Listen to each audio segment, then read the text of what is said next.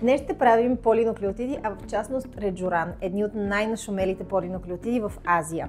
Те представляват ДНК фрагменти, извлечени от хайверът на сьомга. Всъщност тяхната функция е да регенерират кожата, да възстановяват колагенообразуването и образуването на еластични влакна, за да направят по-еластична, по-уплътнена и съответно това помага и за бръчиците и фините линии, които имаме по кожата. Също така имат страхотното свойство да изсветляват кожата и да подпомагат за изравняването на цялостния тен на кожата.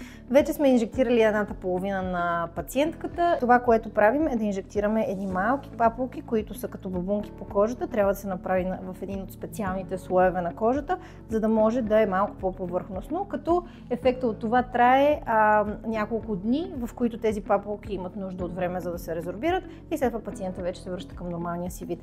Ефекта от процедурата може да се забележи и още след първата седмица. След процедурата е необходимо да пазите кожата чиста и да не поставяте грим в следващите няколко дни, докато папулките се резорбират напълно.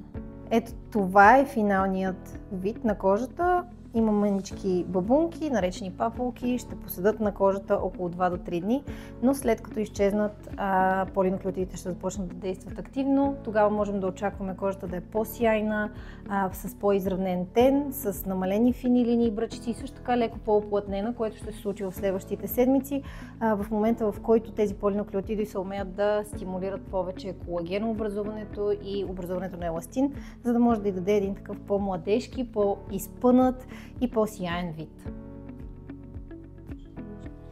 Сега намазваме пациентката с успокояващо кремче, с слънцезащита по възможност, за да можем да я пратим да си ходи вкъщи и да се възстановява след процедурата.